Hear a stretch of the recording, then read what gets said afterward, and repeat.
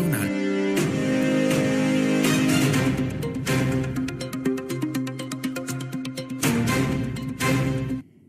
Le journal de 13h30 à la une de l'actualité. Bonne nouvelle pour l'économie tunisienne. Erndaï relève les perspectives de la note souveraine de la Tunisie de négatif à stable. Les syndicats de l'enseignement de base et de l'enseignement secondaire en conclave, ils alertent sur la surcharge des classes. Un tournant pour mieux soigner nos aînés. La Tunisie introduit la spécialité de gériatrie dans les facultés de médecine. Tabarka World Music Festival, un retour 20 ans après. Cette nouvelle édition se tiendra du 27 au 30 août. Dans le monde, le génocide se poursuit à Gaza. Le Qatar dit toujours attendre la réponse israélienne à la proposition de trêve à Gaza. Météo, des éclairs sur fond de sirocco. La météo en mode extrême cet après-midi. Bonjour, l'agence japonaise de notation Rating and Investment Information revoit la perspective de notation de la Tunisie, passant de B- à stable. Cette amélioration, qui concerne la notation de l'émetteur en devises étrangères, reflète un redressement progressif de l'économie tunisienne. Selon l'agence japonaise, le déficit courant s'est réduit, les réserves de change ont augmenté et la liquidité en devises étrangères s'est stabilisée malgré l'incertitude quant à un soutien financier du FMI. L'agence souligne également la baisse modérée du déficit budgétaire et de la dette publique renforcée par un environnement politique stable et une reprise économique soutenue en 2024. L'analyse de l'économiste Emin Bengamra au micro de ZNFS.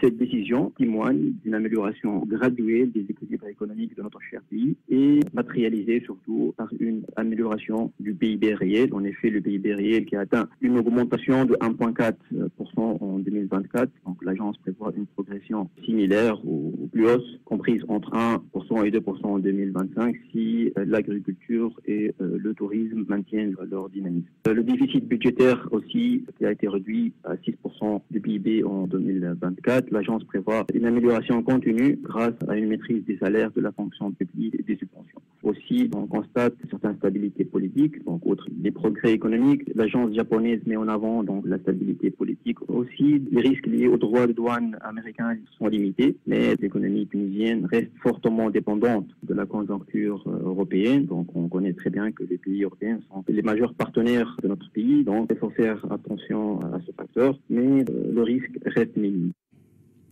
La rentrée scolaire approche ce mardi lors d'une conférence de presse conjointe. Les syndicats de l'enseignement de base et de l'enseignement secondaire ont mis en lumière les difficultés du secteur éducatif. Le secrétaire général du syndicat de l'enseignement secondaire, Mohamed Safi, a dénoncé le manque de professeurs qui a conduit à une augmentation du nombre d'élèves par classe, atteignant désormais 42 élèves par classe. Selon lui, cette situation rend l'apprentissage difficile pour les élèves et les enseignants. De son côté, le secrétaire général du syndicat de l'enseignement de base, Mohamed Labidi, a indiqué que dans l'enseignement de base, le nombre d'élèves par classe est passé de 32 à 37. Lors d'une réunion tenue hier au siège du syndicat, les sections de l'enseignement de base et secondaire du Grand Tunis sont appelées à la mobilisation en vue d'un rassemblement devant le ministère de l'Éducation le jeudi 28 août. Le syndicat de l'enseignement secondaire a également annoncé sur sa page Facebook qu'il participera à cette manifestation pour exiger la mise en œuvre des accords précédents et l'ouverture de négociations avec le ministère sur leurs revendications professionnelles et matérielles.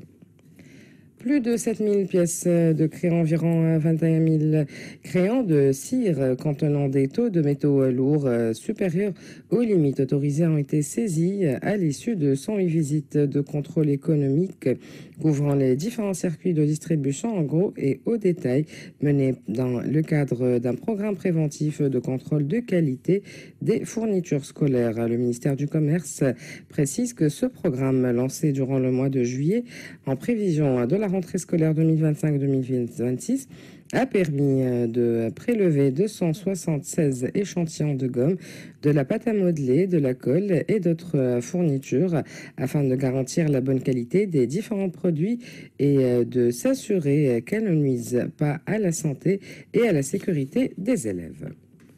Toujours dans le cadre de la rentrée, la Poste tunisienne lance le Wallet Dinar, un portefeuille numérique pour faciliter l'inscription universitaire à distance. Ce service permet aux étudiants de régler leurs frais d'inscription de manière sécurisée et sans frais supplémentaires à partir de tous les bureaux de poste pour l'année 2025-2026. Un nouveau pas vers la digitalisation des services publics offrant aux étudiants une solution pratique et moderne pour gérer leurs paiements et inscriptions. Éclairage de Mounegrami de l'unité centrale de la transformation numérique à la Poste tunisienne au micro de Zainab Fers. La Poste tunisienne informe l'ensemble des étudiants qu'elle met à leur disposition les portefeuilles numériques, les wallets Udinar, disponibles dans tous les bureaux de poste et pouvant être obtenus gratuitement. À noter que les portefeuilles numériques, les wallets Udinar de la Poste tunisienne sont sécurisés, faciles à utiliser, valables pendant 10 ans et peuvent être rechargés jusqu'à 3000 dinars. Il est à noter aussi qu'aucun frais n'est appliqué lors du paiement de l'inscription. Les étudiants peuvent également effectuer leur inscription universitaire en ligne pour l'année universitaire 2025-2026 à l'aide de la carte Ihawiya Jeune. En plus, ils peuvent aussi utiliser les autres moyens de paiement électronique de la Poste tunisienne tels que la carte Dinar Smart, la carte Corporate, la carte Salaire et la carte Visa Electron pour réaliser leur inscription en ligne auprès de leur établissement universitaire. Donc, pour plus d'informations, la Poste tunisienne met à la disposition des étudiants le centre d'appel 1828 pour les accompagner, répondre à leurs questions et leur fournir toutes les explications relatives à l'inscription universitaire en ligne 2025-2026. À l'approche de la rentrée scolaire universitaire, la question de l'alimentation en eau des établissements scolaires universitaires et de la formation professionnelle revient comme un important motif qui attire l'attention des autorités régionales et des services concernés pour venir à bout du manque d'eau qui risque de se manifester lors de cette rentrée scolaire. Le point avec notre correspondant dans la région du Nord-Ouest, Jamel Tibi. C'est l'emplacement général au niveau des commissariats régionaux de l'éducation, des CRDA et de la SONED pour assurer la disponibilité de l'eau partout dans les établissements scolaires et universitaires et de formation professionnelle, mais aussi dans les hôpitaux où l'eau est jugée inévitable pour le fonctionnement de certains services comme ceux de dialyse. Du coup, les autorités multiplient les séances de travail pour examiner le tableau de bord et pallier éventuellement le manque d'eau, d'autant que le niveau d'eau pourrait baisser sensiblement et nécessite l'approfondissement de certains puits profonds à utiliser pour l'alimentation de certains établissements et surtout de certaines écoles rurales qui seront approvisionnées en citernes sanitaires. Côté universitaire, les cités universitaires fonctionneront en principe normalement, mais pourraient, le cas échéant, faire l'objet de restrictions d'eau en cas de rationnement de l'eau. Des cas jugés en gros moins fréquents cette année eu égard aux forages profonds réalisés dans les régions. Et dans le sud du pays, la crise de l'eau continue de s'aggraver, impactant de plus en plus le quotidien des habitants. Les coupures fréquentes dans la distribution domestique ont poussé les autorités à réagir. 3 stations de traitement des eaux usées seront prochainement mises en place dans les villes de Rdaïf, Omlaraïs et Snad. Ce projet s'inscrit dans le cadre du plan de développement national pour la période 2026-2030. Le point avec notre correspondant dans la région, l'Akhtar Suite. D'une valeur de 150 millions de dinars, ces projets seront financés par un crédit contracté auprès de la Banque mondiale. Les retombées attendues de la création de ces stations sont aussi importantes que nombreuses, allant de l'économie de l'eau en milieu aride à la protection de l'environnement et la préservation de la nappe phréatique. Vu que la majorité des canaux de conduite d'égout déversent actuellement d'énormes quantités d'eau usée en pleine nature, avec les conséquences nuisibles et incommodes pour l'homme et l'environnement. La Tunisie introduit la spécialité de gériatrie dans les facultés de médecine. Le ministre de la Santé, Moussa Ferjeni, a annoncé hier après-midi une avancée majeure pour le secteur médical en Tunisie, l'introduction de la spécialité de gériatrie dans les facultés de médecine. Cette décision prise lors d'une réunion avec l'ordre de médecins et des experts en gériatrie vise à répondre aux besoins croissants des personnes âgées dont le nombre augmente dans le pays, avec un programme de formation de 5 ans pour les futurs médecins et la création d'une instance nationale dédiée.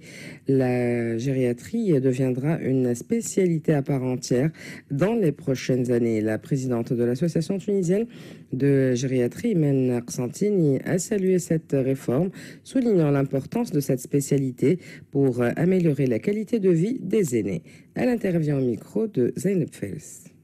La spécialité de gériatrie va devenir une spécialité médicale à part entière. Vous le savez tous, des sujets âgés sont devenus de plus en plus fréquents en Tunisie. On a l'inversion de la pyramide des âges et ces sujets âgés méritent une prise en charge médicale, sociale, qui est très spécifique, ce qui fait que la spécialité devrait voir le jour dans les prochaines années, à l'instar de ce qui se passe un peu partout dans les pays développés. La gériatrie, ça mérite une prise en charge spécifique. On ne traite pas pareil un sujet âgé de 40 ou 50 ans, un sujet de 80 ou 90 ans, même si c'est pour la même pathologie. Et puis, on a des spécificités gériatriques propres qu'il faut connaître, parce qu'à partir du moment qu'on les connaît, on va offrir à nos aînés une meilleure qualité de vie, et c'est vraiment l'objectif de tout cela. Sur l'article 341, il y a une liste de spécialités médicales qui sont déjà préétablies, donc cette réforme ne peut avoir lieu, bien sûr, que lorsqu'on va rajouter la gériatrie en tant que spécialité sur l'article 341. Donc, c'est la première étape déjà qui va être donc faite au sein du ministère de la Santé publique. Et une fois l'article 341, le changement a été effectué, là, on va démarrer, le collège va être créé et le cursus de la gériatrie dans le résidanat, nos jeunes médecins vont avoir la gériatrie comme un choix de spécialité très bientôt dans la prochaine session. Dans l'actualité internationale, le Qatar a dit ce mardi toujours attendre une réponse de la part d'Israël à une proposition de cessez-le-feu à Gaza présentée par les médiateurs et approuvée par le mouvement de résistance palestinien Hamas. Selon des sources palestiniennes, la proposition prévoit la libération échelonnée des prisonniers pendant une trêve initiale de 60 jours en échange de prisonniers palestiniens détenus par Israël. Sur le terrain, le génocide se poursuit. Des sources médicales dans la bande de Gaza ont annoncé aujourd'hui la mort de 3 Palestiniens à cause de la famine et de la malnutrition enregistrée par les hôpitaux de la bande de Gaza au cours des dernières 24 heures.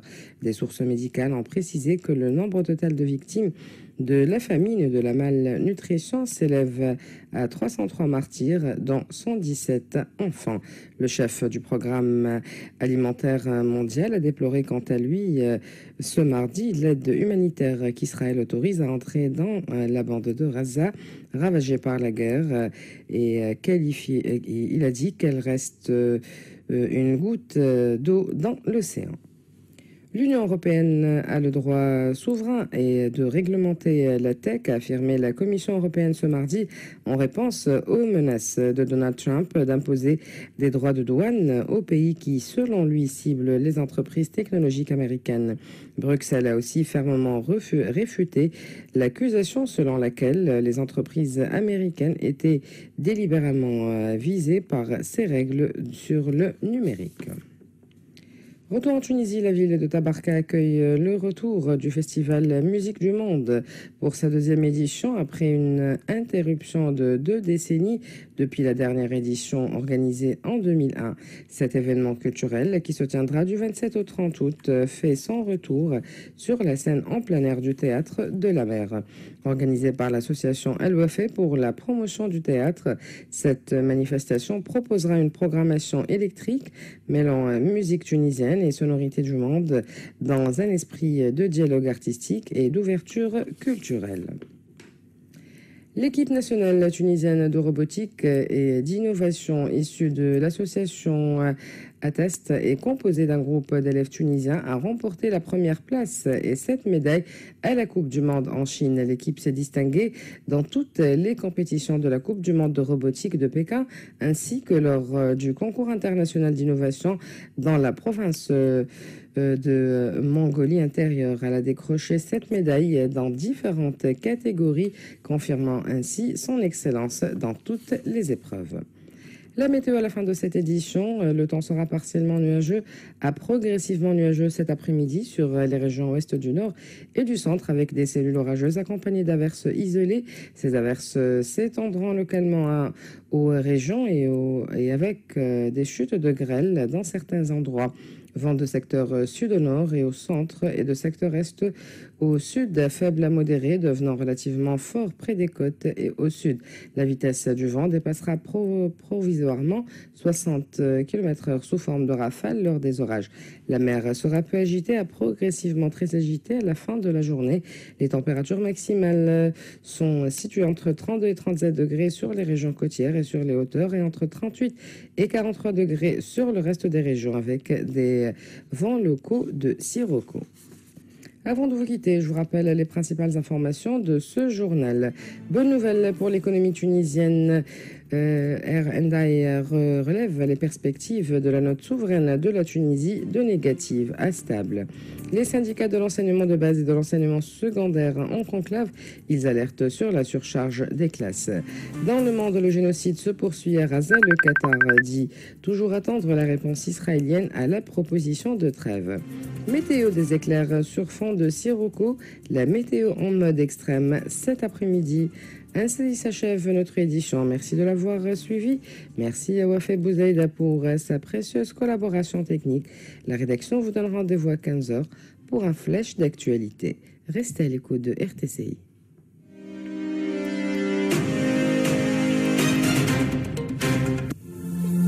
L'eau est une source précieuse. En la préservant, nous protégeons notre avenir.